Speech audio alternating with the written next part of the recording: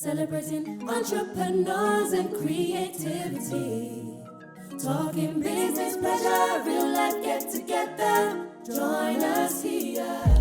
Hello, listeners, and welcome back to the Creative Entrepreneurs Podcast. Guys, you know how we do it. This is the podcast where we turn creativity into careers and passion into profit. And we're really all about empowering you to monetize your talent. And that could be giving you hints and tips and value that you can implement today to start making some money out of your talent. But I am super gassed to have and to be joined by this next guest. Mobile winner, singer, songwriter, TV presenter, mom, wife, queen, and so much more. Jamelia, oh my goodness, welcome to this podcast. What an introduction, Drew. I rehearsed it. Oh, thank you so much for having me. I'm honoured to be here, honestly. You don't understand how gassed I am that you've joined us. Even when I sent the message, I was like, I wonder if she's going to do it. And please. You know, I think I sent 3 voice notes. You listened to the first voice note and you was like, why are you sending me voice? I was like, it's done. Like, it's done. And I'm like, what? I'll see you there. Because send me the dates. I was pleading my case. I was like, this is why you should join it. Yeah. Pitch. I'm just like, yes, Drew, I'll be there. Oh, bless you. Honestly, I appreciate that so much. And no problem. I actually remember the first time that we kind of met, but we didn't meet. Okay. You probably won't remember this because this was in like 2000, maybe 2001. Oh, it was at the Grand Hotel in Birmingham. Oh my gosh. You was doing some kind of event. I think you were singing or something. And I was with Tara actually. Yeah. I think it was like our first year of dating. Aww. Yeah, I've been with Tara for like 20 plus years. Yeah. And we was going to meet you and Tara was like not having none of it. She's like, I can't. It's Jamelia. I can't do it. I can't do it. Oh my gosh. She's like, and I was like, come on, Tara, stop being silly. She's like, no, I can't do it. I can't do it. So we kind of didn't connect there. And I was like, oh, that's Tara. so funny. And then she saw you again in the ballroom. Yeah. Because she used to work in the ballroom. Yeah. And I think you was with maybe a child. I think it might have been. One of the children. Yeah. And she said everyone was surrounding you. She phoned me saying, Drew. I was like, what's up? She's like, Jamelia's in the ballroom. I want to go and say hello. Aww. So I was like, we'll go and say hello then. Yeah. And she's like, no, I can't. Everyone's surrounding her. Everyone's surrounding her. So yeah, that was a kind of like our unofficial meetings. Yeah. But our official meeting actually was when you was awarded the Stars of Birmingham at Broad Street. Yes. And amazing event. Oh, yeah. Really amazing and well deserved. Oh, bless you. Thank you. And then we had a conversation and you was like, oh yeah, I know who you are. Yeah, I did. I was like, oh, you're here. I'm not even going to lie. I was a bit like, oh, okay. This must be special. Like, he's Drew's come to my thing. Okay. Wow. Hi. But when you said that to me, I was like, no way. Jamelia knows who I am. Oh, gosh. But no, that was a really humbling moment. But honestly, thank you for joining us. Thanks for having me. So, Jamelia, I kind of, for everybody who doesn't know who you are and that... Yes, there are people who don't know who I am. It's more than possible. Then, if you're one of them, then give yourself a slap. Stop it. But just tell the listeners kind of who you are and kind of what you do in the creative sector. So I started my career as a singer-songwriter at 15 years old. I was in the music industry, I'd say, for about 10 years or more. It's really weird talking about my music career as if it's in hindsight, because I'm always writing, I'm always singing. I just haven't put any more music out since 2009, I think. Wow. Yeah, I know. I think it's 2009. I'm not sure. But since then, I've been doing TV. I've been doing. I've been acting. I've been modeling, presenting, and just enjoying life. And I've also got 3 children. I've got 4 children. 3 who I've given birth to, and 1 is my bonus son. So I've got 3 girls and a boy, and Yeah, I've been living life. I really feel as if I don't feel like I've retired, but I feel like I've changed, and I feel like I've allowed myself to change and to explore different aspects of my creativity, and trying to kind of make money from them, because that means that I can do it for longer. Well, that's what it's all about. Yeah. That's what it's all about. Yeah. Okay, but your start in life was through music. Yes. So, kind of rewind. I think you started in 1999, was it? Yeah. Well, that was the release of my first single. Right, okay. I actually signed my record deal in 1996. Wow. When I was 15. Yeah. Wow. So I was still at school. I was offered my record deal in the summer holidays. I went to Notting Hill Carnival. I sang on the stage, and in the crowd was a man from the record label, Lloyd Brown, and he invited me over to EMI and offered me a record deal there and then. Me, my mum, and about 3 of my aunties, and my mum was like, "No, Sash, you're not signing nothing." And oh, it was so embarrassing. And she was just like, my mum made like a rule that I couldn't sign the contract until I'd passed my GCSEs. Best believe I passed every single GCSE with flying colours. And on my careers day, actually, I told my teachers, I'm gonna be a singer. I'm gonna be a famous singer, and they laughed. Wow. Which for me as well, I didn't take any offence from that moment, because I felt like, well, with hindsight, is that really going to happen? I can understand their thoughts as teachers from Birmingham, this little skinny black girl saying to you, I'm going to be a famous singer. But yeah, obviously 2 years later, my picture's up on the wall, and they invited me back. I did a performance for the school, and they were like, yeah, she used to go to our school with Midlands Today. Wow. Was it Satin Rana? Was it then the arts consultants or somebody else? Do you know what? Can't remember. I recognise the name, so it may have been, but I'm not sure. But it was that was definitely like one of my first moments that I remember feeling like, oh my gosh, I'm going to be on the news. Yeah. Wow. Central News, I think it was at the time. But I started very, very young. But at 15, I signed something called a development deal, which they don't really do now.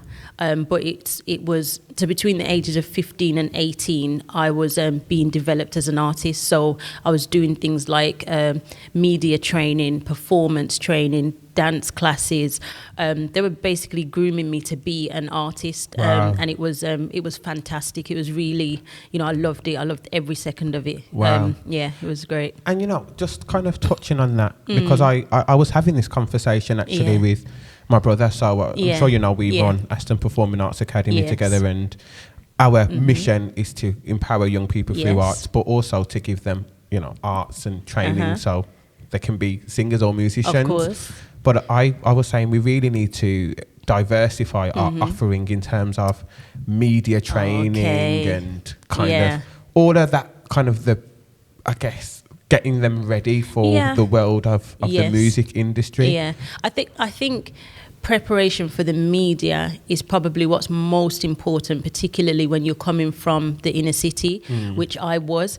And even though I had media training, I would still say I was still a bit rough around the edges. I definitely got caught out in a lot of interviews and stuff like that. And as we know, the media, they're very hell bent on getting certain agendas and narratives from inner city people, and so I fell into that trap many, many times. And I would honestly say I've only kind of perfected that art now at my big age. And even still, they're trying to push their narrative but only now, I think. And I think part of it also is confidence, because even though you've had the media training, you do feel a bit like, oh my gosh, like, I'm on MTV, it all goes out the window, because you're just like, this is so exciting. I can't believe I'm here, and my first interview, my first like TV interview was with Richard Blackwood. Oh, he had a who the TV man, show. really? Yeah. We love you, Abby. Check it every day. Yeah. Yeah. And I spent the whole time giggling. My mom was so embarrassed. She was like, just stop laughing all the time. And, but you're a laugher. Yeah. Like I'm such a giggler. laugh. Honestly, Yeah. I really, it's one of my traits. Yeah. Oh, wicked. So you mentioned that you were from Birmingham. Like, Yes. Shout out Birmingham. Yes. And from the inner city. Yes. I think Hockley. Hockley, yeah. I so grew up in that Hockley. actually isn't too far from me. So Okay. I grew up in Newtown. Newtown. Okay, So, my cousin lives in We Newtown. just used to walk like 10 minutes to Hockley. Yes. So what was growing up in Hockley like, and knowing that you had a talent, and because like we're not far off in age, and we grew up in Newtown and we had a talent. We was like, meaning me and my brother, we were singing and dancing literally everywhere. Everybody used to call us like the dancing and singing twins, like, because that's just what we did. Yeah. So I would imagine that it would have been quite similar for you growing up, or not, or do you know what? First of all, I would say that I grew up in a very kind of performing family, not in the traditional sense of the word. So it wasn't like we didn't do like shows and stuff. I'm just talking about just in our house. Me and my brothers would always put on shows for my mum. It was usually something like Buju Banton or something like that, or Beanie Man. But these were the things that we used to love to do. I didn't really watch TV until I was about 14ish, when we got cable and we could watch like the American shows like Moesha and Sister and Trouble. Trouble TV. Yeah, exactly. But before that stage, I wouldn't say that my talent was kind of. I felt like everyone was talented. My mum worked at she managed the local play centre, Hockley Port. Shout out anyone who went to Hockley Port. And so that we were always like, everyone was always making up dances, putting on shows. It was a very kind of free space where you felt able to kind of express yourself. So I think that in terms of the talent, it was definitely honed, but not in a, let's get you on the stage kind of thing. It was just, this is just what we do. This is, I think I'd say it was more cultural. Like it was just a culture of showing each other what you were good at, and so I never felt like me singing was anything extraordinary. I just thought it was my talent. I'll never forget, there was this girl called Kimberly Maynard. I'll always remember her because she could do like backflips, and it was like, oh, she was wicked. Like, do you know what I mean? So everyone seemed to have their talent. You had the footballer, you had the the boys who could lift heavy things. Like, I don't know, it just. Thinking back, I didn't feel as if my talent was, stood out more than anybody else's. And looking at that from the perspective that I have now, I think what was presented to me was the opportunity to do something with my talent on a huge scale. And I do believe that. I think we've got, especially in the inner city, there are so many talented individuals, but it's like, have they been given the opportunity? Do you know what I mean? And for me, I feel I was very lucky to not only be presented with the opportunity, but be in a position and have the support to take the opportunity as well. My mum is a creative, but she was a creative that wasn't allowed to enjoy her creativity. My mum, she's so talented at so many things, but she came from a family who only respected academic prowess, and so she was like the bottom of the pile in her house, and I think that she definitely internalized that. And so when she gave birth to creative children, it was encouraged to the highest heights. Love and obviously everything to my mother. I absolutely love that. So at what point, and I don't know if this was when you got your record deal, but at what point did you think, right, I need to get serious about this, I can make some serious money from this? Because like, if you got a record deal at 15, I don't think that would be going through. I mean, if I was 15, I would just be thinking of the fame and not really the... I literally just thought, oh my gosh, I'm going to be like Mary J. Blige. That was it. Mary J. Blige was doing bits back then. Exactly. Like, yeah. Yeah, she was my idol at the time. Depressed so, Mary J. Blige was everything. Like. She was hitting me at 50, like, I'm not going to cry. Like, oh, really? What have you got to cry about? But anyway, I have never, ever, still to this day, been motivated by money. And I know that, that's probably not on brand with what we're talking about, but I believe in following a passion and really tapping into your purpose above all else. And I have a strong belief that will always bring you the riches that you need, whether that's knowledge, whether that's financial, whether that's, your environment. I strongly believe in, making sure that whatever it is you're pursuing is purposeful and something that you're genuinely passionate about. So for me, obviously, at 15, I wasn't thinking like that. But I just thought, at 15, coming from Birmingham, going to London and staying in hotels and going on planes, it was like another world. But because I always kept my base in Birmingham, it's like I would go to London to be Jamelia the singer, and then I'd come home to be normal. And I always felt like I needed both. Like both were a break from each other. And I kind of felt like when I went to London, I felt like I was playing. I felt like I was pretending. I felt like I was playing a role and being, it really felt like play. It really did. It didn't feel real. And when I came home, I needed my mum to tell me to wash up and, I really needed that as much as anything else. And so when it comes to money, it was just always wild to me, like money in the music industry as well. You just realize how much in abundance it is. Like, they'd like come up with budgets for videos, and it was like, 200,000, like money that I can't even fathom. Do you know what I mean? Like, I can't even. My record deal, I signed it for, I got paid £15,000. Now, if my daughter was offered a record deal, best believe they're not offering her £15,000. Yes, but Mama J, yes, I love it. Yes. But, no, and what I say, the reason why I say that is because, like, I think to a degree, the record industry can exploit individuals from inner city backgrounds, because £15,000. So to me, that was more than my mum's annual wage at the time. Yeah. And I'm getting offered that, and that was what's called an advance. So you get paid that before you record anything, and then you get an allowance. I was getting an allowance of £600 a month. As I said, this was more than my mum was getting paid. My mum was a manager at the local play centre, and my idol. Do you know what I mean? But now, my mum and her 15-year-old child are on a par, and I'm like, I'll get that for you, mommy. You know what I mean? I'm flossing. Yeah. Well, to be fair, when I first started getting paid, the first thing I did was bought that, like some of the kids in my class, I bought them all to town, and I bought everyone trainers, and then my mum took my card off me. She was like, okay. Because I was going to say, like, did you see any of the money when you was getting paid, or was it like put in an account, or just like... No, we were living life. My mum was going to New York every 2 weeks. Like, no. And again, there's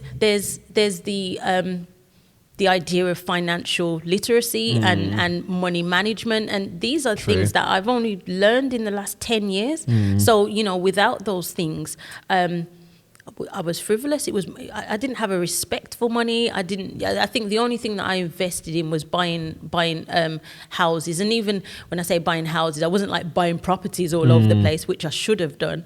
I was just buying a house to live in. So, I would, my first house I bought when I was 21, and I just had I was 20, sorry. I just had my eldest daughter at the time, but I always bought a house big enough for my whole family to live in. I didn't want to. I have lived alone actually, but yeah, I always want my family close, and I want, and to be able to provide a home as well is really important to me anyway. And so, I lived with my mom until I bought her a house in Jamaica, and then she moved to Jamaica, and then that's when I started living on my own, which was, another story. But, so I would say that, honestly, I would say that I was hemorrhaging money at the time, especially when, like, Superstar came out. We need to speak about Superstar. We need to speak about Superstar. Because at that time, so I'd be doing shows. So just think about this, and so just remember, I'm not putting this money down, and I'd be doing probably a show a week, and in all over the world, different places all over the world, and the minimum I would get paid is 50 grand for a show. So imagine you're doing one show. I'm getting paid at the time. I was on par with the footballers. Do you know what I mean? Because he was big. Superstar. And I'd do mad shows, and I'd do shows for like Russians in Moscow. You never heard of them, but but they know every word.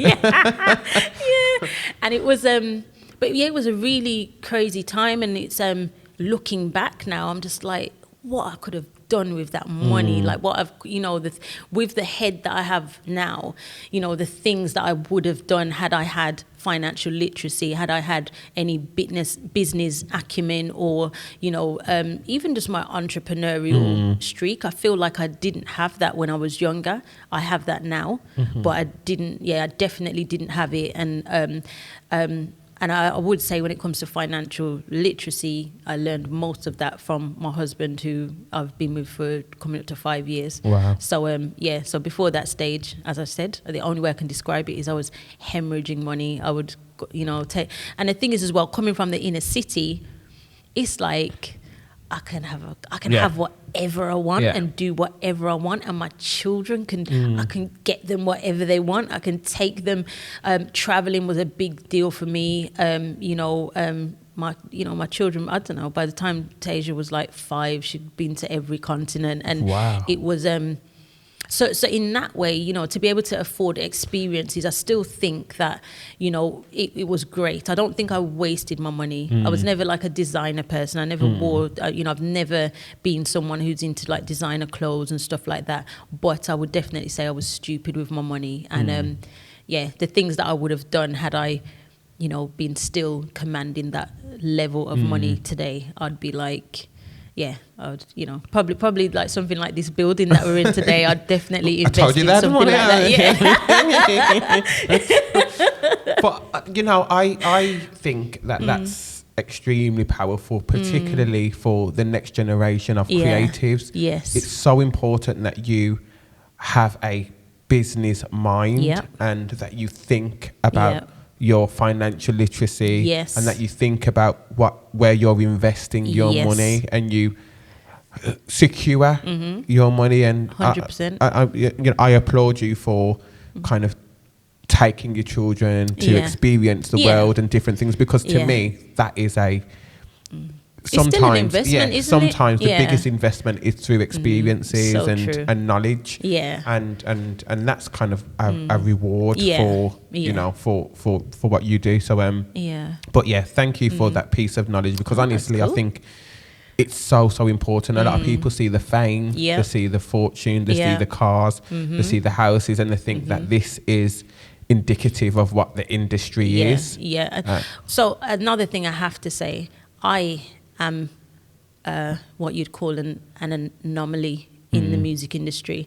So one of the things that somebody, I can't even remember who told me, but from early doors, someone told me to make sure that I write my own songs, and make sure that I fought for my royalties. And that is that keeps me paid. I've been in the same house for 15 years. I've got a swimming pool in my back garden, and I'm not saying that to show off. I'm saying that to let people know that I've been able to maintain, a lifestyle or a level of living for myself and my children. It's not about the things that I have, but it's about not having to, sell up and move to, and be down in the dumps. And I'm not saying that, sorry, that sounds really bad, but I think it would have been really sad if I had to go from where my children started growing up to back to where I came from. And so I kind of feel like because of that advice that I was given about writing my own songs and making sure I got my royalties, because of that, I'm able to maintain life now. Like I still get my... They're called residuals, so it's like, and every time my song gets played, I get paid. And that's what I would advise. If you are a songwriter, fight for your right to write your songs. I don't know. And it's true. And even if you're not a songwriter, learn how to write songs. Yeah. Particularly if you want to go in the music industry, Definitely. because that's where the longevity is. And the thing is as well, when you write a song, you don't get your royalties. You don't start getting your royalties until 2 years after the song is being released. So I would highly recommend it. And as I said, I haven't released a song since 2009, and I still get my royalties. I get royalties every month, but I also get quarterly royalties as well, which are my lump sums. And how does royalties work? Is it like a set amount, or is it how? Because call me thick, but how do like when songs are just being played? Like, how do you know? So you sign up with what's called a collection company, and they basically, if a song is played in like a shop, on the radio, on the television, they have to log it. Every time it's played on the radio, they have to write down exactly what song they played, because they need to distribute the royalties to each person. So obviously you don't have to sit down and they're playing my song, like Because if I'm Jamelia and I'm walking into a shop, let's say I'm walking into Zara and I hear Superstar, I'm like, cha-ching. 25p. You get different amounts for different things as well. So if it's on like EastEnders, 3 years in a row, the Christmas special on EastEnders, my song was played as like just before the dum dum dum, and I was like, just because did they tell you in advance, or do you just? No. Wow. You just. So if I hear I recently heard my song in a Netflix series, and I was just like, I heard it. So because it's been streamed as well, so every time someone watches that and that song plays, I'll get paid. But again, I'm not going to get paid for now. I'll get paid maybe in a year or two. But that's amazing. So was it Superstar then, the song, or what song was it? Superstar isn't the song that makes me my most money. No, because I only wrote 5% of that song. Oh, okay. So they're making con. Yes. Because that song gets played. But I'm not gonna lie, it's my second song that I get the most royalties for. But the song that I get the most royalties for is Thank You. Yeah. And for me, I was playing that in the car before. Oh, bless you. Thank you. See, I don't get paid for that though. So I was gonna say, oh my God, they're gonna come for their money. Unless you stream it, actually. Okay. So artists only recently started getting paid for streaming. Big up Taylor Swift, because she fought for it. Oh, of course. I wasn't part of the fight, but thanks Taylor. So artists, I'd say in the last couple of years, they've started getting paid for streaming, and you get paid. Streaming is like, at first it was just like, this is terrible, because you weren't getting paid every time people were playing it in their house. But now, if someone was to play my song on Spotify and stuff like that, I'll get paid. That's why sometimes you'll see me put up my song on my Instagram story, because it's like, just remind you to play it if you want to stream it. Oh, that's incredible. Okay, so I want to touch a little bit on the music itself. So, and I just want to quickly touch on Superstar, because I know that for me, even though like Money was just a big tune, because I was just thinking, wow, like the whole with Money, like everything just looked like Money. Like the video looked like Money. The fact that Beanie Man was on the track, it just looked like, and I couldn't understand at the point, like, this girl is from Birmingham. Like, this girl is from Birmingham. And then everywhere I turned, like, people said, oh yeah, I know Jamelia. I'm like, how comes everyone in Birmingham knows Jamelia but me? But Jamelia knew you. But speak to me about Money. How did that happen with Beanie Man? How did that collaboration happen? So, well, I wrote the song in the back of a taxi. So you wrote it? Yeah. Oh, wow. Yeah. Okay. Cha-ching. All right. Let me just start adding. Yeah. So I loved the backing track. Like for me, I love the mixing of genres. So we had that kind of operatic orchestra, and then obviously with the the I don't know, R&B beat or whatever. And I love doing that with their music. Good. So I was inspired. So on my way, I was in London and I was on my way to the studio, and I just wrote the song in the back of the taxi. And then by the time I got out, I was just like, although my first line was, "My name ain't Madonna," but we had to change it because we're like, no, we don't want to offend Madonna. So it was, I think it's "Ain't a Pre-Madonna" or something like that. But anyway, so I wrote it, and then we recorded it, and it was a finished song. And then a couple of weeks later, so the producer went to Jamaica, and then a couple of weeks later, he invited me to the studio. I came over, and he was like, "I've got a surprise for you." And he played it to me, and it was Beanie Man. And I honestly, I was crying. Like, Beanie Man was on my wall at home. Like, he was someone that, I knew every single one of his songs. Like, I was, his biggest fan. And then he was on my song. Like, it was, I can't explain the feeling. And then obviously when we got to perform it, we performed it at the Mobiles, and we performed on the Ear Right show, and I did a few shows with him, and it just felt incredibly surreal. Even now, like my daughters, they find my Mobile performance hilarious, just because they say that I just look so excited, and I'm like, I can't believe it. Like I just go just mad. And but even looking back at the video and at the performance, I'm just like, oh my gosh, like it's me and Beanie Man, like. That will forever be like one of my, ultimate highlights to perform with someone that I'm such a huge fan of, and still to this day I'm a massive Beanie Man fan. Because Beanie Man was big. Like, he was the verses. Huge then. Did you watch the verses? Yes, oh my god. Particular. Oh god. Wow. Yeah. You know.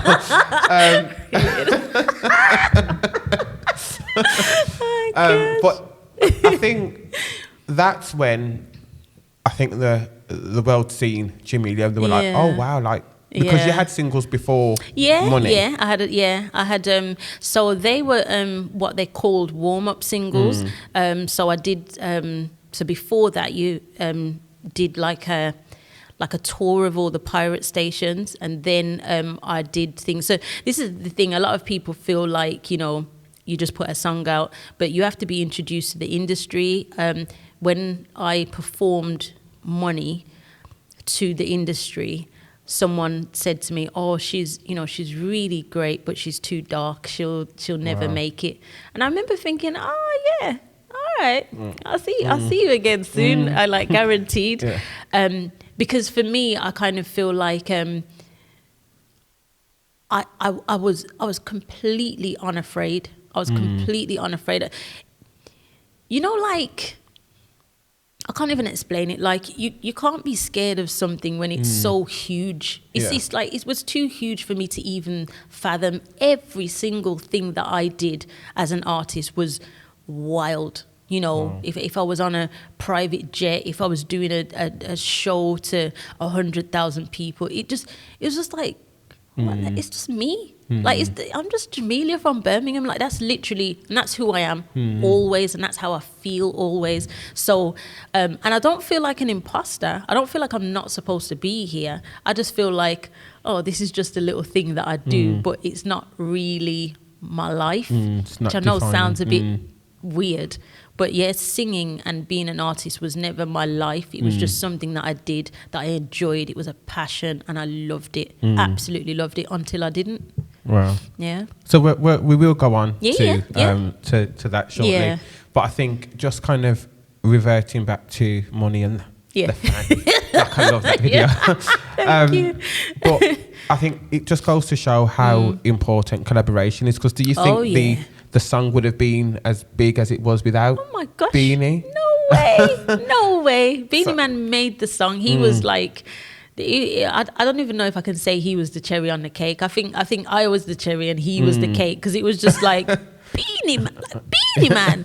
And the thing is as well, at the time he was number 5 in the charts in the UK. So for him to be, so he was big in the UK at the time. So it was, remember when I mentioned earlier what about song was it? opportunity? What song was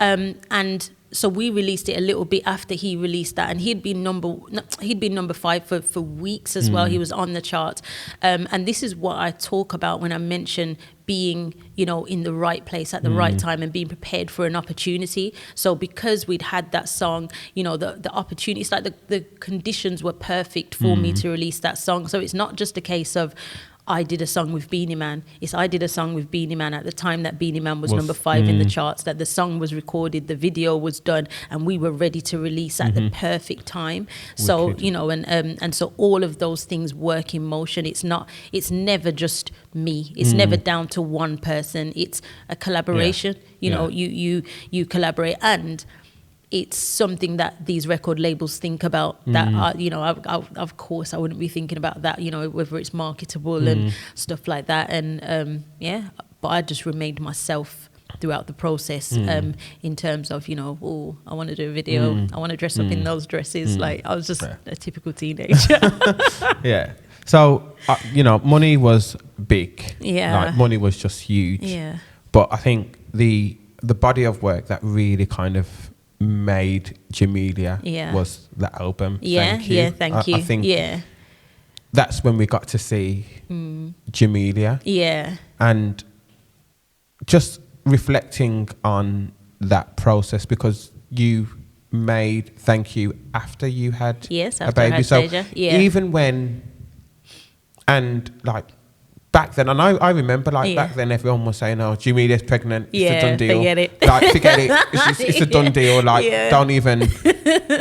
And I actually remember speaking to my mum about it, and my mum was of the same view. Like, you can't get pregnant when you're on the verge of making it. Like, it's just it's career suicide. Absolutely. So absolutely. So how did you come back fighting with this body of work, which is amazing, by the way? I love that album. Thank you. Honestly, I heard what people were saying, but I just thought, it's just a baby. Like, why can't I can still sing, I can still do everything, like I can still perform. And thankfully, again, the opportunity that I had at that time was that my record label agreed with me. They were like, why can't you do another album? You know, my first session, I went back with my baby on my shoulder. Didn't work out very well, but you know, but, you know, it was just kind of like, of course I'm gonna go back, and like, why can't I? So practically, like, how did it work? Did you kind of call the record label, or did the record label say, right, we've got a project to do, you're signed to this contract? Like, so honestly, they sent me a bunch of flowers when I had Tasia, and they said, you know, take however long you need, but we can't wait to have you back. And I remember thinking that was strange at the time, like, oh, they want me back. And I was like, okay. And then I think after about a year, I told them I was ready, and they were like, okay, we'll set up some sessions. We'll set up the sessions. And I was like, okay. And it all felt a little bit too easy. Funnily enough, my first day back in the studio was September 11th. So actually, it wasn't even a year. My first day in the studio was September 11th, and I'm Jamaican. And I remember that happened. It was the day that the Twin Towers fell, and I was like, some of it's wrong. So I went back home, and I took another, I'd say, 6 months to a year, and then I started to record then. So I think they were just open to it. I remember having a conversation. I was out around the time. Sorry, I got pregnant a little bit after. I don't know what her name is, but she was from All Saints, and she was doing loads of performances with her big belly and stuff like that. And I remember thinking, oh, this is so empowering. Then I went on tour with Destiny's Child while I was pregnant. I was 6 months pregnant at the time, and I remember during that I was like, why? Sorry, I just need to just pause. We just throw in this. I went on tour with Destiny's Child. Like it's just. I went on tour with them 5 times, 5 different times. Every time they came over, I would go on tour with them. That's mad. And that was before, during, and after my pregnancy with Tasia. So they were really lovely. They're really lovely girls. Yeah, Beyonce's my big brethren. No, she's not. She's not. Get her on. You know, I DM that. Get her on. But I mean. For me, and I always say this, I did the most incredible things after becoming a mother. Before I was a mother, so after becoming a mother, I went on tour. I went on tour with Usher, Justin Timberlake, Destiny's Child. I sang for Nelson Mandela. I went to dinner with Nelson Mandela. I did shows with Naomi Campbell. These are all with my children, with, you know, either just Tasia or Tasia and Tiani. I went around the world. We went to Australia. We went to Thailand. I did the Thai version of the MTV Music Awards, and I won their Artist of the Year. Tasia was there rehearsing with me for my performance on the stage. Like, wow. I just, my child was never going to be a reason not to. And what greater motivation for me than to have this little girl watching my every move. Like, of course I've got to smash it. Of course this is direct inspiration, and not only for her, for other little girls. There's other people's little girls watching me as well. And I became very conscious of that, actually. The older that Tasia got, I became more and more conscious of what I was putting out there as an artist and who I was becoming, and the reason that my record deal came to an end was because of that conflict, because they wanted to push me into a more kind of sexualized arena that I wasn't comfortable with. I had 2 little girls by that stage, and I was just like, you know what, it's better I just walk away. And they agreed. They were like, okay, cool, bye. But yeah, so that's so empowering. Sorry, I keep rambling on. I'm like going all the way. I love it. You're asking one question and I'm like going clear. I'm sorry. I'm sorry. I absolutely love it. I'm here for it. So just going back to kind of like the music writing. Thank you. Yes. Like was a big tune. Yes. Thank you. I just think for me, like it was that tune that I was like, oh, like Jamelia's got depth. Like, oh, bless you. Thank you. Because some of the other stuff that was coming out, like it was very pop and it was great and you could sing along to it. But I hated Superstar. Did you? Yeah, I hated it. I was in the recording booth crying my eyes out. That's how much I hated it. I was Did you think it was going to be as big as it was? No, really? I didn't. Not at all. And obviously, I eat my words. I was just like, this song is rubbish, and this is not gonna be. And it was, it was my biggest hit. I think it was my biggest hit. Yeah. I don't think it was my highest charting song, but it was. It's definitely the song that I'm known for. It's the song that took me all over the world. It was number 1 in Australia, Spain, Italy, not England because. No. That was Thank You. Thank You was on course to be number 1, and then Peter Andre re-released Mysterious Girl. Fuming. When he came out the jungle and he had his thing with Jordan. Anyway, so Thank You. But Thank You was my opportunity to kind of showcase myself as a songwriter, because I felt the need to kind of bring it back after Superstar, because I didn't feel like Superstar represented me. And then obviously, as luck would have it, Superstar absolutely blows. Like, even though it wasn't number 1, it was like on the charts for like just a stupid amount of weeks. It was the most played song on the radio in 2005. And so, it was kind of like I felt like I had to kind of combat being known for such a poppy song. I don't regret it. I feel like I feel like with everything there's something to learn. Do you know what I mean? And I definitely learned a lot about the business as well when it comes to Superstar. But with Thank You, it was like I want people to know I can write. I want people to know that I've got substance and I wanted people to know that it's not all roses and and also I wanted to write a song that was inspiring and empowering. I was really determined to do that, and I got the inspiration after having a phone call and having a little cussing match, and I put the phone down and I was like, you know what, thank you, and I wrote it down. Literally, and I wrote it down. And you did all that and more, like with that song. Seriously, you did, and I would imagine it would have been very empowering to many women who were in a similar situation. And I just think amazing.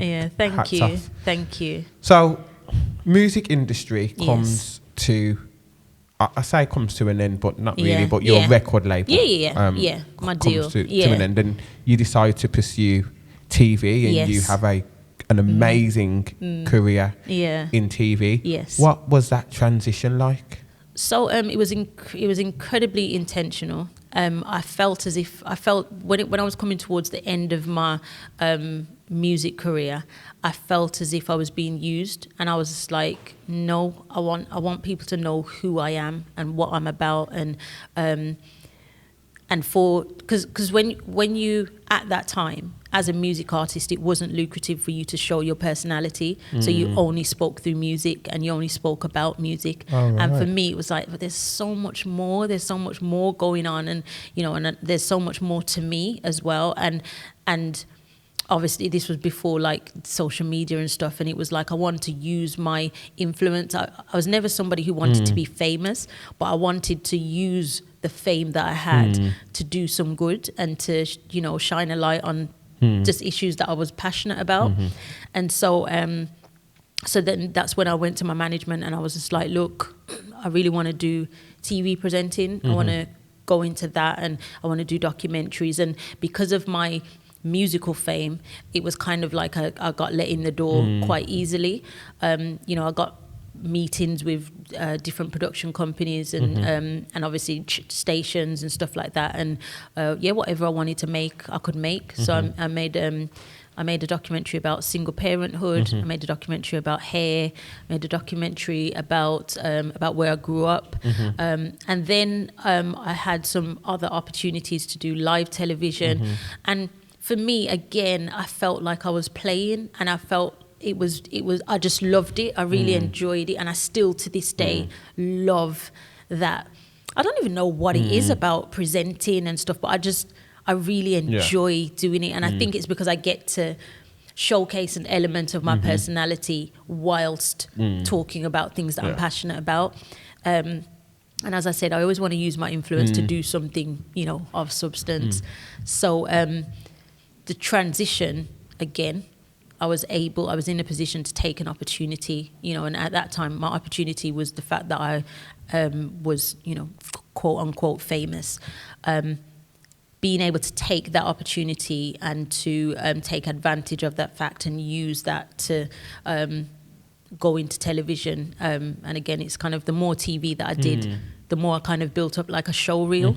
And again, that was great until it wasn't.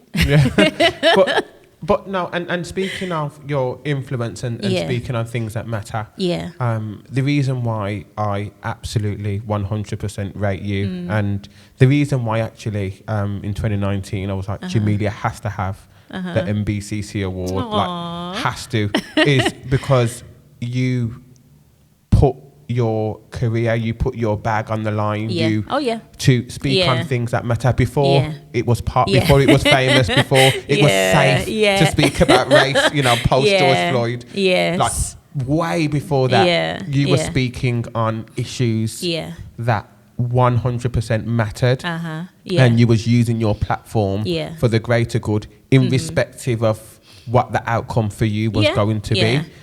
And some people, rightly or wrongly, just wouldn't. They play the role.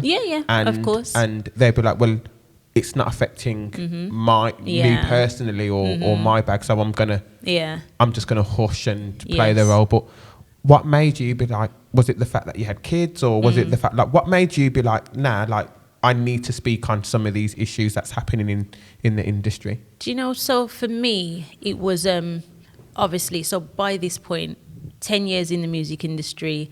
At that point, it was probably about 5 years in television. And I realized that particularly my white counterparts were were doing things. And I was just like, why? What is stopping me from getting those opportunities? Because I'm good, and sometimes I would be like, I'm better than her. Like, you know what I mean? But and it was just kind of like, what is stopping me? And then it's a really unfortunate light switch moment where you realize, and I think it was honestly, I think it was the they call it the plus size row. So let me just quickly explain what happened there. We were talking about clothing in stores that were of like for obese people. And I said I didn't think that we should be providing. I'm not even going to go back into what I said. Yeah. But then it was put in all the papers that I said that plus size shouldn't be. Now, plus size and clothing for obese people are two totally different things. By the way, my whole mindset has changed now. But at the time, I remember just being completely vilified for something I didn't say. And not only that, the other women on the show who were all white said exactly the same thing that I said, and I noticed that I was the only person who was being vilified for it. And then the next day, this is at Loose Women, by the way, the next day we went in and we were like, well, shouldn't we say something about this? Because this is racism. And they were like, oh, we're not really allowed to say that because we could get in trouble with the channel. And I was just like, but it is like, but you know, and I'm going to suffer for it. Like I will lose, and we have to let people know that I didn't say that, and I don't feel like that either. Do you know what it is as well? I am so into empowerment and inspiration, and especially when it comes to women as well. Like, you know, I want to build us up, and so to be presented in a light that was the total opposite of that was devastating to me, and then to not be able to speak about it because it was racism was like, it just didn't make no sense. And I was like, you guys aren't looking after me, like you're not looking out for me. Safe space. Because but then I got to see similar situations happen for my white counterparts, and they had the opportunities to call a spade, to say what it was, and it was like, I can't say what I really think here. I can't. And then after a while, I was just like, it felt like torture. But then there's this thing of, but I'm the only black woman here. I'm the only person represented for every black person in the planet. But that's what it felt like. It does. And I was just like, you know, but then it got to the point where it was seriously affecting my mental health, and I was like, you know what, I'm gonna drop out. And the way that they were dealing, I could tell that they wanted to get rid of me, but they didn't know how to say it. And then I was just like, you know what, just let me go. I don't want to sign another contract. Just let me go. And then after that, they released a statement to say that I'd been sacked for my comments. Wow. Which was not true at all. And I was like, how on earth did they get away with this? How? Because that's not true. And it was just, so again, it was just like, well, what chance have I got? What chance have I got? And not only that, what if my children are creative children? So now, what if they want to go into the industry? What if any other black girl, what's her experience going to be? What have I changed? How have I impacted this? So for me, after that point, and also this was also, I was also on Strictly around the same time, which was another terribly negative, racist experience.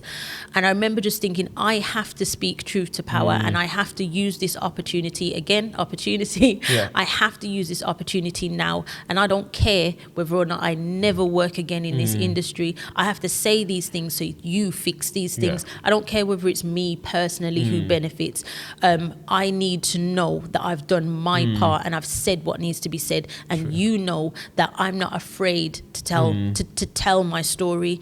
And so I spoke about my experience on Strictly. The main thing that happened there was that I was being told repeatedly to relax my hair every single day that I went in. And I was, you know, and it was really... It was a really, really negative and horrible experience for me. But I felt, and then there was the whole fix thing with Peter Andre winning. But that's a whole nother story. But for me, I just felt like, you know, there's so many people who suffer within this industry. There's so many, you know, on Loose Women, I was doing my own hair and makeup whilst everybody else got to sit in the makeup chair, just because they didn't provide anyone who could do my hair or my makeup. And it wasn't just me, any other black person that came on the show, you know, we would talk about it, would have the same experience. We're in our dressing rooms doing our own makeup because we're not important. And these shows have got big production budgets. Listen, and this is the thing, it's kind of, and what they'd say to you is, well, you know, we're paying you. And it's like, well, you're paying everybody else, and we're probably getting paid less than everyone else. Yeah. Try know that. But for me, it was like, I have to tell people these things so that the next black women that go, and I've noticed when the black women have been going on Loose Women, because I keep my eye out. I was gonna say, they've been getting hair and makeup, and I'm like, yes, good. And this is the thing, and you know, it's your shoulders on which, you know, these, you know, new black women, I'd like to say, stand on, because even if ITV don't admit it or Loose Women don't admit it, they know that they can't treat these women in the same way, because they might be as vocal, or they might call them out, or but for me as well, the reason why I speak out is because a lot of black people are afraid to speak out, and for me it's like, I don't care. Like I am literally at the stage, like I make royalties. But that's literally it. And I know I'm in a position of power, and I'm in a position where I don't need that check. Do you know what I mean? I don't need that opportunity anymore. You know, I shoot the table with my own cameras and stuff like that, and it's just because I can. Do you know what I mean? But I also understand that I'm very, very fortunate, and I'm lucky enough to be able to speak out, and that's what you need to do. You know, I need to advocate. So for me, when I see these black women getting their makeup done for Loose Women before the show and getting the level of care that they deserve to get, I'm like, yes. And I'm glad, I'm so glad that I did it. I don't care whether or not Loose Women will admit. I don't need acknowledgement. I don't need applause. I don't need an audience. For me, it's just, I'm so glad I did it. And should any of my children ever end up in similar circumstances, you know, they're going to get the care. And I'd like to think that it's partly because I chose to, you know, be a big mouth. Well, you know, but you know, I love that, and I know that you're saying that you don't care. I do. I always say, like, ITV and Loose Women, in order to move forward, they have to acknowledge their flawed history and apologise for it and move forward, rather than sweeping it under the rug. Because I remember, like, I was wild on Twitter. Like, I was buying out all the argument. I was like, I think it's just wild how the industry just treats black people like it's just really bad. And the problem we have is that there, you know, if you won't do it, somebody else will, and they will. But for me, it's kind of like, well, just make sure you treat that person right, because there are a lot of us who will settle for less, and we shouldn't. You know, we deserve to have the same standards across the board. We do. And this just brings me on to the next point.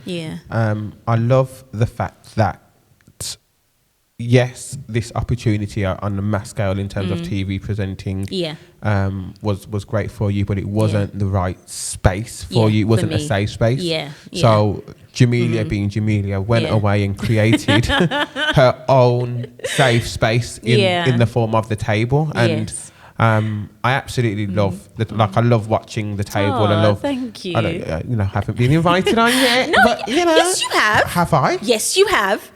Yes, you have. Listen, I send out the emails, so Really? I have invited you. Honestly, I haven't seen. But let me check my emails. I haven't checked my emails. All right. But no, I love. So you're going to come on the next of course, season? like, Okay, good. Without a shadow of a doubt. Okay. Like, without a shadow of a doubt. Wicked. I love the table. I love the one with your daughters. Yeah. I love Thank the you. relationship that you have with your children. Thank you. How empowering you are to them, and just seeing just two-part question. Yeah. So the table in itself, kind of just speak to us about the table, why you created it, why you felt that there was a need to, and then I'll speak a little bit around being a mom and a wife and everything else. Yeah. So my reason for creating the table was I felt unheard, I felt unseen, and despite putting all these hours in the entertainment industry, I just felt like, you know what, these people are never going to give us what we need, and I wanted to give Black women what we need, which is to see ourselves in our entirety, diversely as well. They love to kind of present this kind of monolithic idea of Black womanhood, and for me, that does us a huge disservice, because there are so many. I have so much access to so many incredible Black women who are, some of them are the total opposite to me, whether it's in politics, how we raise our children, how we eat, and I think that diversity deserves to be shown. The table is, it is for Black women, but it's also, for Black girls. I wanted to create a safe space to have conversations, not only the conversations that we need to have, but the conversations in a way that we communicate with each other. We have like I don't know, when Black women communicate with each other, it's just, I can't explain it. I don't know if it's just me, but I just feel so, it is beautiful. I feel like so warm, and I just feel like, there's just like an instant love. Even if you are not like me, and it's because for me, it's kind of like, I'm really glad that I've got this opportunity to meet somebody not like me who, we might share certain things, but you're different. And that's so important for me to learn more about myself, and, and also having 3 daughters, that means I've got 3 Black women who are, 3 future Black women. And it's like, my daughters need to meet you as well. Do you know what I mean? To understand who they get to be.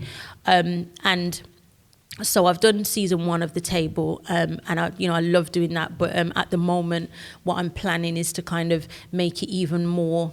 I want it to be more relaxed. I want it to, because I felt like the first season we tackled a lot of serious subjects, and season 2 we're going to be more focused on our joy, because I feel like we've got plenty of opportunities to speak about the hard subjects, but what are you eating? How do you make a fried dumpling? Do you know what I mean? Like, and I'm not saying it's not all going to be frivolous, but I do definitely want to showcase us in our element, having fun, laughing, joking. Do you know what I mean? And I'm actually planning to. You're getting exclusives here, Cheers. I'm actually planning to film it in my house as well, because I think there's something about inviting people into my home and having that and letting like, this is I'm serious about what I'm doing. I want you to know me. I want you to know what's important to me, and I want you to know that you're welcome. So I'm on season 2, and I'm going to get invited to the hot with the swimming pool.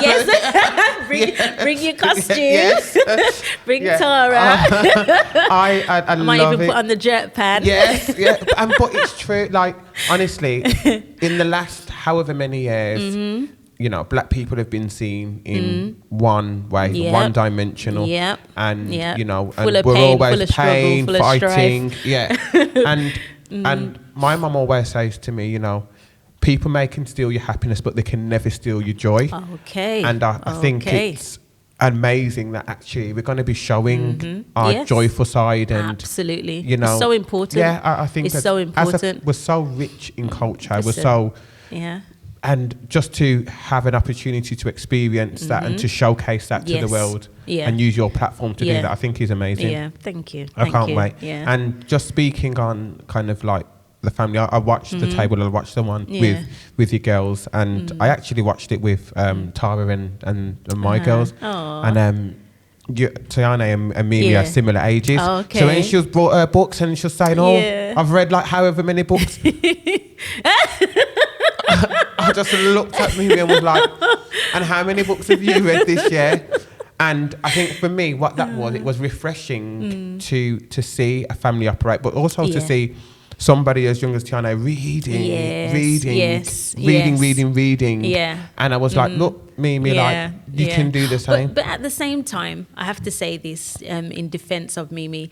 Just like I didn't read this. This is gonna sound so bad, but I didn't read my first like thick novel until I was 26. You know, and now I'm an avid reader. Wow. You know, and one of my daughters, my eldest daughter, she's not really, you know, she does read, but she's not a big reader. Whereas Tiani, she will work through books like in, you know, just like days. Like I bought her a book yesterday and she's halfway through it already, a thick book. I don't know how she does it. Like I can't read like that, but it doesn't mean that she, you know, maybe Mimi's more, you know, more hands-on, more maybe, you know, don't even underestimate, you know, things like watching things on YouTube and stuff like that. So don't count her out because she's not reading. Reading's fantastic, you know what, and to be encouraged. She's very creative. And like her personality is amazing. I do want her to read a lot more, but maybe she's going to be an audible person. Maybe she's going to listen to the podcast. Exactly. And get her knowledge from that. So that will be really interesting. But no, I love the family setup. I love.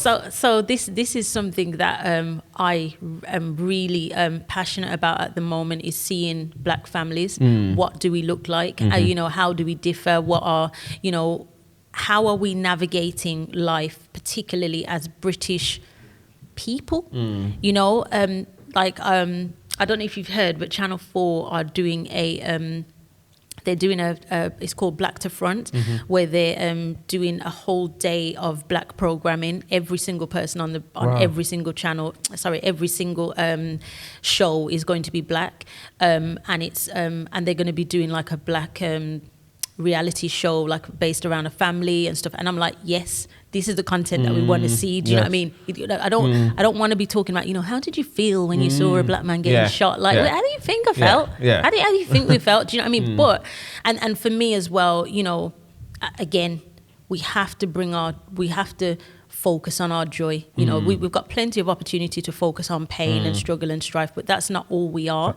And the black family, I think, is something that is grossly underrepresented. You know, we both have homes with families, with a mom and dad and the children. Do you know what I mean? But where do you see that? Where else do you see that? And you know, and it's kind of, you know, it's important for us to, even on social media, we have to share those things. We have to let people know we exist. You know, and because when you show that you exist, you give permission for other people to exist. You know, let's normalize it. Yeah, of course, it's like normalizing blackness. Like it's nonsense. It's true, because when I post things about, you know, Tyra and the kids or whatever, sometimes I get messages, people saying, "Wow," like. Wow, like as if to say, oh my God, there's a black man, a black dad at home still. And I'm just like, okay, so you're right, we have to to normalise. your children it's normal, to our children it's normal, but you know, other people need to see us. You know, we need to make sure we're being seen. I say that and I never show my husband, but you know. Does that mean we're going to see hubby soon then appear? No, he doesn't. But I think for you it's different because you've been in the limelight and you've had that visceral kind of... Yeah. I mean, the only reason I don't share my husband's face is because I just know what the papers are going to do. My husband's been inside, he's been to prison before, and I just know they're going to dig that up and then they're going to put that all over the papers. And, you know, I'm just like, I'm not here for it because that Jamelia is not... has not settled yet, so I don't want to become angry and do you know what I mean? I just don't want it, and they don't want it either. So it's just like, you know, we'll keep them at the limelight for now. Oh my goodness, Jamelia, honestly, we can talk for yes, we sure ages can. and ages and ages. But I think we've gave so much knowledge today, and honestly, you know, write your own music. Yes. You know, you can live and have a pool of royalties. Yes. Oh, it's good. It's always good to collaborate Yes. with different people. Yes. Keep your options open, opportunity. Look out for opportunities and prepare yourself for opportunities as well. Make sure you've done all you can do. So when an opportunity arises, you can take it. Because I would highly say that for me, a lot of the great things that have happened were because I was prepared for the opportunity that presented itself. Amazing. So, yeah. Opportunity. What else was there? Kind of media training and getting yourself ready for the industry and being authentic, speaking up for what's right. Absolutely. Oh, there's just so many. There's just I hope so. There's just so much gems in this conversation. I couldn't thank you enough. Oh, thank you. Before you leave, we do this thing Yes. at the Creative Entrepreneurs Podcast. It's called 10 in 10. Okay. And we just ask you 10 quick fire round questions. Cool. We've asked all the guests the same questions. Okay. And it's one or the other. Even if you maybe don't have a preference, you've got to have one preference over the other. No problem. Yeah. So let me get the stuff. Cool. Right, okay. Cool. Nike or Adidas? Oh, Nike. I know this one already, but I'm going to say Beyonce or Rihanna? Oh, Beyonce. Audi or BMW? Oh, no. Audi. I don't know why I thought about that. Yeah, I love Audis. Rush Hour or Bad Boys? I'm going to get my black card revoked. I've not watched either of them. You've watched trailers for both of them, surely. Yeah. So choose one from the trailers. I think Bad Boys because that scene where the girl goes on a date or something. Is that Bad Boys? Yeah. Okay, Chitty bang bang. Yeah. KFC or McDonald's? Oh, KFC chicken. ASOS or Boohoo Man? Oh, I don't really like them things, but I gotta choose. ASOS, I think they got more things there, haven't they? Yeah. Tupac or Biggie?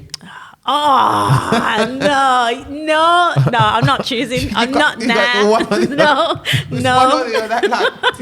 No. No, I refuse. Okay. J. Cole or Kendrick Lamar? J. Cole, I love J. Cole. Facebook or Instagram? Instagram.